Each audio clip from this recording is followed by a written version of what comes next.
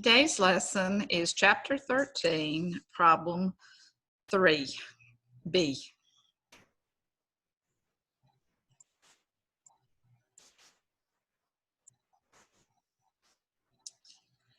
In this problem, what we're looking at again is stock transactions. We're going to be recording these in the General Journal. And this time we're going to be the Diamondback Welding Fabrication Corporation, and we're selling and servicing pipe welding equipment in Illinois. The following selected accounts appear in the ledger of Diamondback Welding and Fabrication Company, and they've given you accounts as of the beginning of the current fiscal year. We have some preferred stock that has a 2% dividend rate, an $80 par value.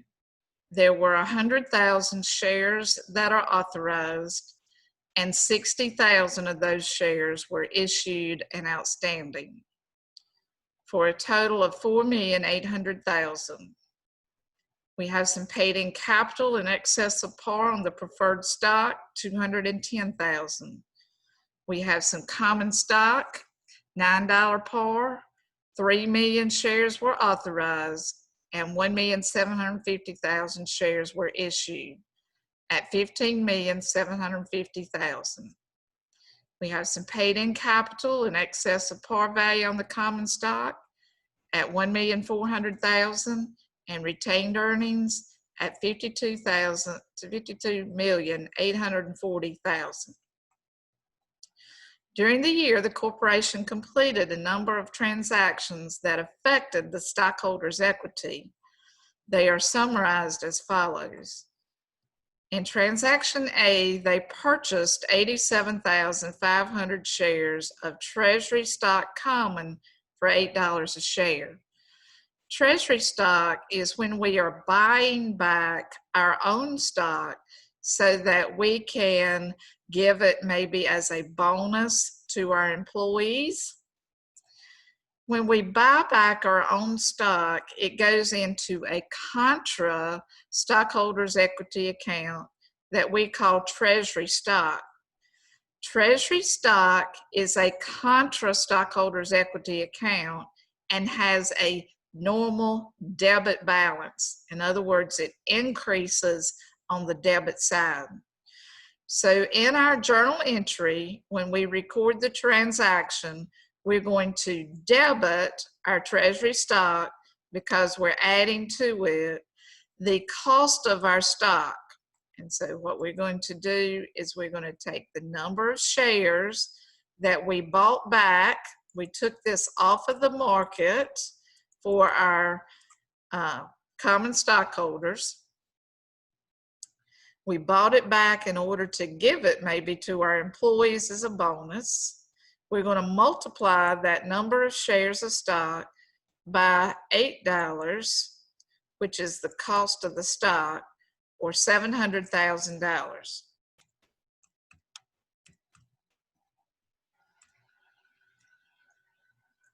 We will credit our cash account because we had to pay the stockholders that we bought the stock back from.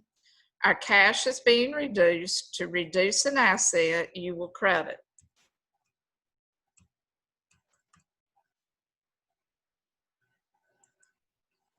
And that's your first transaction. In Part B, we sold some of the treasury stock shares that we just purchased for $11 per share. If we're selling our treasury stock, we're going to be debiting the cash for the amount that we received from the sale of the treasury stock. Since we sold 55,000 shares, I would multiply the 55,000 times what it cost us, or what we sold it for. We sold it for $11 a share. So 55,000 times $11 is the amount of cash that we would have received from the sale. So $605,000 is the amount of cash that would be debited because cash is an asset and it's increasing because we sold some of our treasury stock. We're going to credit our treasury stock for the number of shares that we sold, which was 55,000, times the par value of that treasury stock. Or actually it was times what it cost us for the treasury stock. So the cost of the treasury stock was $8 a share. So let me emphasize to you that when we are purchasing and selling treasury stock, we're using the cost. So the 55,000 times the cost, which was $8 a share, it came from the last transaction, gives us $440,000.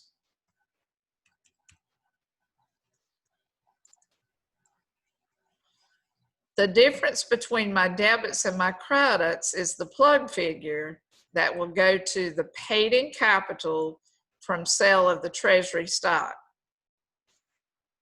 So $605,000 is what I received in cash minus what it cost me will give you a difference of $165,000, which we are adding back to our paid-in capital from the sale of treasury stock.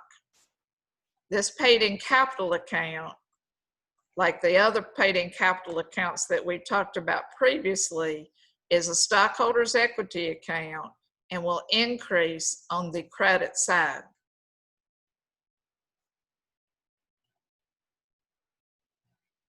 In Part C, we issued 20,000 shares of preferred stock that had a 2% dividend rate at a price of $84. In other words, we've sold some preferred stock, we've issued the preferred stock, start with the number of shares issued, which was 20,000, multiply that by what we sold it for, $84 per share.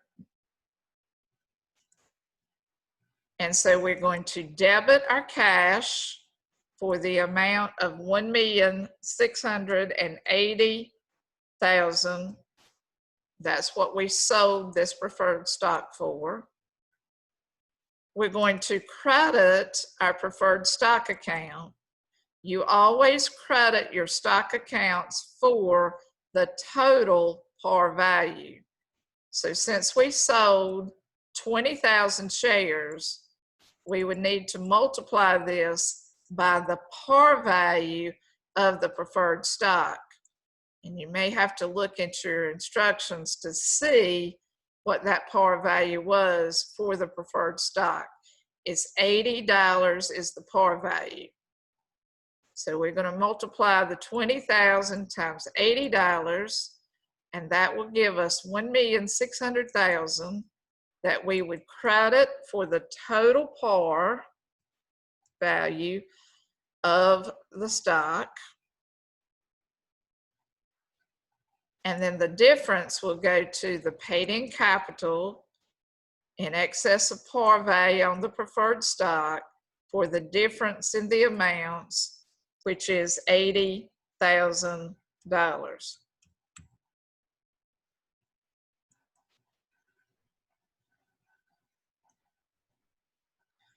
In the next transaction, D, we issued 400,000 shares of common stock at $13, and we received cash for those.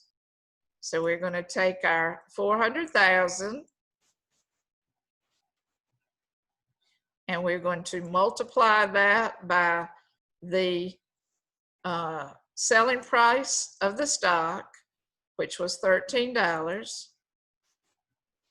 a share, and that will give us a debit to our cash at $5,200,000.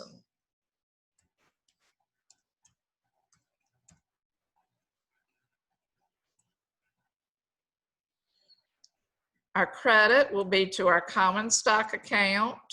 Common stock is stockholders' equity. We are increasing the amount of the common stock that we have outstanding, so our stockholders' equity is going to be increased on the credit side. And we'll do that for the amount of the par value. So we're going to take 400,000 shares that we issued of the common stock. I'm going to look for my par value of my common stock, and the par value is $9. So I'm going to multiply this 400,000 times $9, which will give me $3,600,000 as the total par value.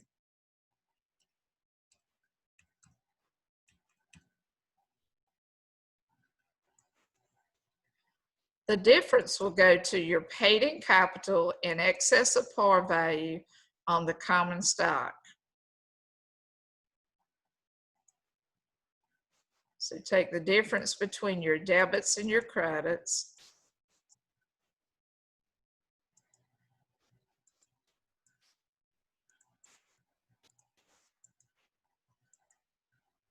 And that will leave you with $1,600,000. That would be credited to the paid-in capital in excess of par value on the common stock.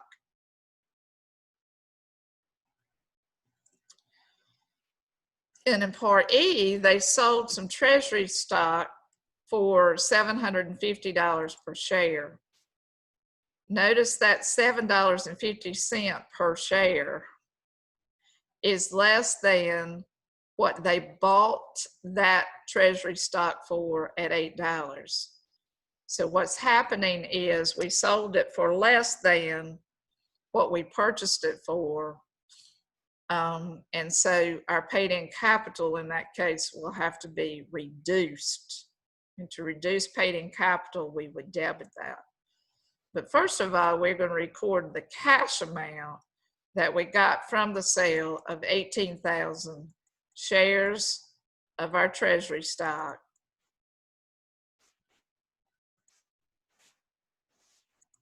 times $7.50. That will give you 135,000 in cash that we've received from the sale of treasury stock. We're going to credit our treasury stock account for what it cost us.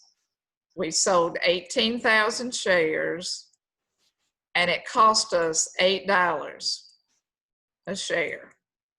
So we have sold an amount of treasury stock that would be credited for 144,000.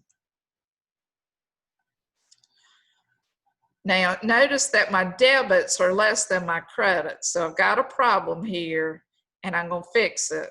I'm going to click on the next transaction and I'm going to credit my treasury stock for 144,000. And I'm going to take this off and I'm going to take this account title and change it to the paid-in capital from the sale of treasury stock. Remember, we sold it for less than $8 that it cost us. We sold it for $7.50. So the difference between that is 50 cents per share that would be debited to the paid-in capital account. So 18,000 times 50 cents is 9,000, or you could have used this as a plug figure and found the difference between the debits and credits, and it would be 9,000. Either way, your debits have to equal your credits. We always record debits first and then our credits.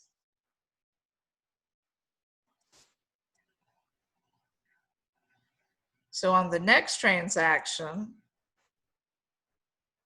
we have declared some cash dividends. What it means to declare cash dividends is that we are creating a liability at the date of declaration stating that we owe the stockholders cash dividends. The cash dividends that we owe to the stockholders are $1.60. Now, there are two types of dividends that can be given to stockholders. In this case, it's just talking about a cash dividend. They could also give out stock dividends, but that's not what happened here. So the cash dividends is has a debit balance. It's kind of treated like your drawing account for a sole proprietorship, but dividends are going to be the earnings that we distribute to our stockholders. In other words, we're going to keep our company stockholders, our owners, happy by giving them a cash dividend. We're going to debit the cash dividends account for $1.60 is the amount that we're going to give per share of stock. And what we need to know is how much preferred stock we have available to give as dividends. So we need to know how much preferred stock we have outstanding. So I'm going to go back and I'm going to look to see where we have issued preferred stock. We've issued preferred stock in Part C for $20,000. And our preferred stock, we had $60,000 to start with. So if you take 60,000 shares of stock that was preferred stock that was already issued, plus in the journal entry for Part C, we issued an additional amount of 20,000. So that means that we have 80,000 shares that are available to get or to give dividends to our shareholders. So 80,000 is going to be multiplied by the amount of the cash dividends that we're giving to our preferred stockholders. And our preferred stockholders are getting $1.60 each. So the preferred stock that we have on hand right now that we have to give dividends on is 80,000 shares of preferred stock outstanding. 80,000 times $1.60 is going to give you 128,000, which is the dividends that we're going to be paying to our preferred stockholders. Now, in this transaction, we not only paid our preferred stockholders, but we also gave our common stockholders a 5-cent dividend on their shares. So what we're going to have to do is we're going to have to calculate how many shares of common stock it is that we have available. And so we're going to start with the common stock amount of shares authorized, and the amount of shares that were issued. We're going to start with 1,750,000 shares of common stock that we issued. And then we have to take into consideration that we bought back 87,500 of those shares in treasury stock. So we're taking those off of the market. So we've got to subtract 87,500 from the original amount of the shares of stock that we had issued. So we'll start with 1,750,000. Those were the shares that we had issued. I'm going to subtract out what I bought back in treasury stock, which was 87,500 from transaction A.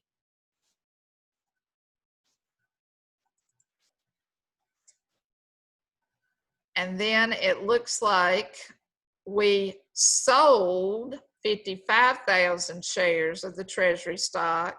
So we're going to put those back out on the market. So we're going to end up adding to the previous total the amount of the stock that we sold back, which was 55,000.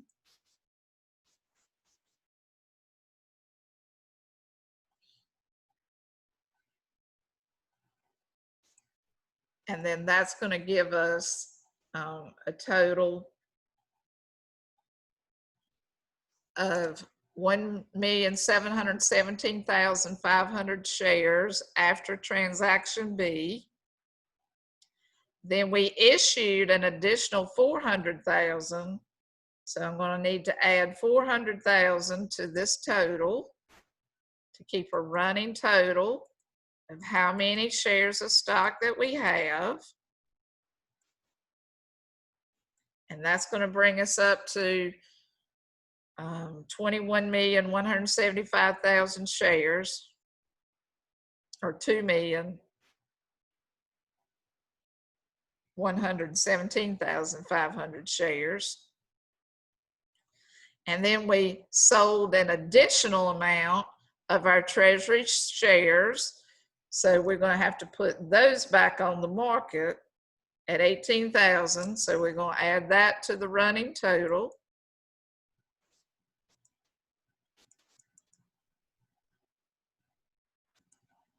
And that's going to bring us up to 2,135,500 shares.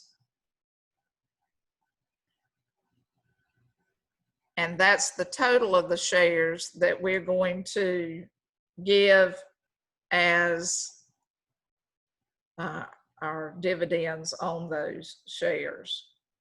That's the total amount of shares that are issued right now that we can give dividends to those shareholders.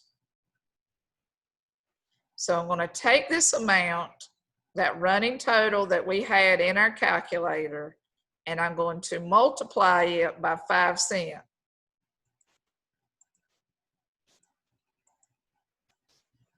And that's going to give us 106,775 for our common stockholders. This amount has to be added back to what we previously calculated for our preferred stockholders, which was 128,000. So I'm going to add 128,000 to this. And that's going to give me a total cash dividends of 234,775.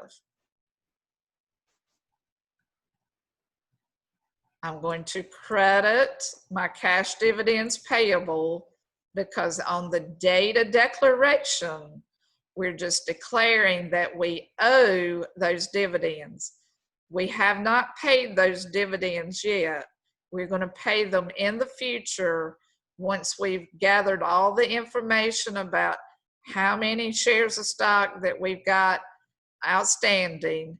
Then we're going to actually pay our shareholders the dividends on the date of the dividends should be paid. So I'm going to credit my cash dividends payable, which is a liability account, for 234,775. And I'm going to check my work. To review how we got this 234,775, you could break this down really into 2 different transactions. You could do a transaction where you're paying your cash dividends to your preferred stockholders. And so you remember we had to determine how much preferred stock that we had. And originally we had 60,000 shares. that were issued of preferred stock, and then we issued some more preferred stock at 20,000 shares.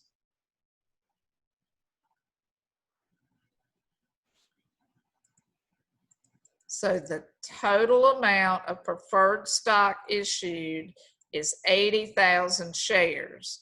We would multiply that 80,000 shares times the amount of the preferred stock dividend. The preferred stock got $1.60 a share. So we're going to multiply 80,000 times $1.60. And that's going to give you 128,000, which were your preferred stock dividends. Hold on to that figure. Now we've got to calculate what's going on with the common stock shares that we have. So originally, we started with common shares at 1,750,000.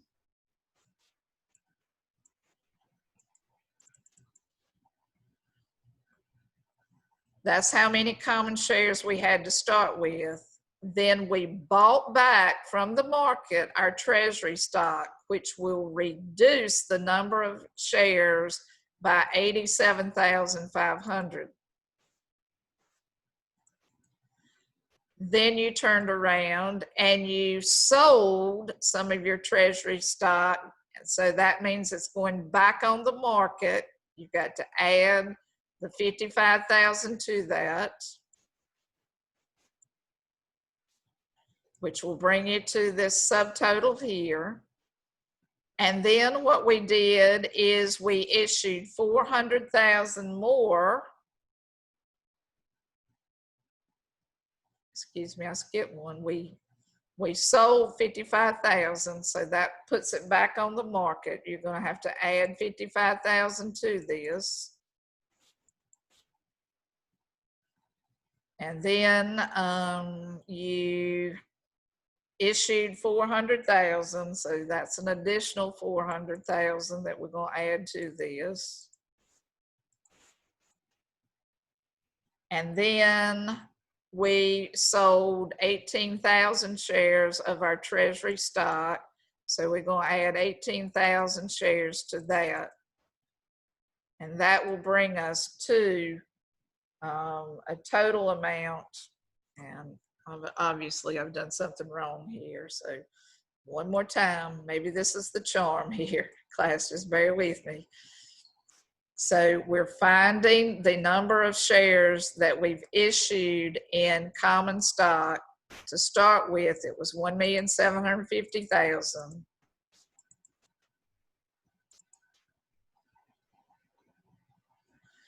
We're going to subtract from that what we bought back in treasury stock, which was 87,500. Then we're going to add back to this 55,000 because we sold some of the treasury stock. We issued 400,000.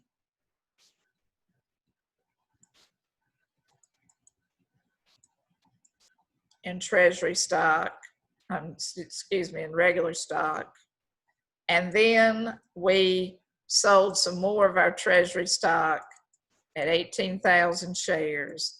That will bring us to a total of 2,135,500 shares that are outstanding that we would have to multiply by the dividends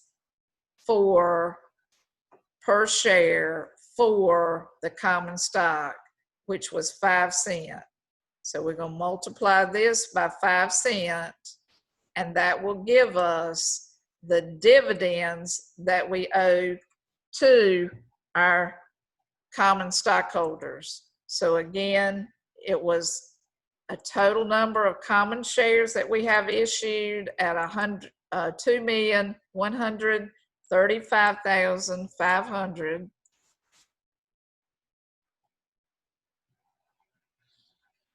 And we're going to multiply that by 5 cents per share, which will give us 106,775, which should be given to our common shareholders. That plus what we gave to our preferred stockholders of 128,000 is how we came up with the 234,775.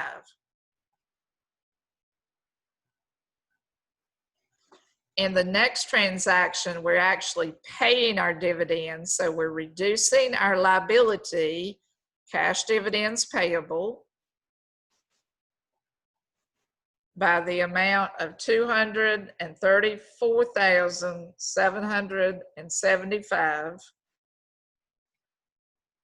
We're going to credit our cash because we're actually paying the dividends in transaction G for 234,775.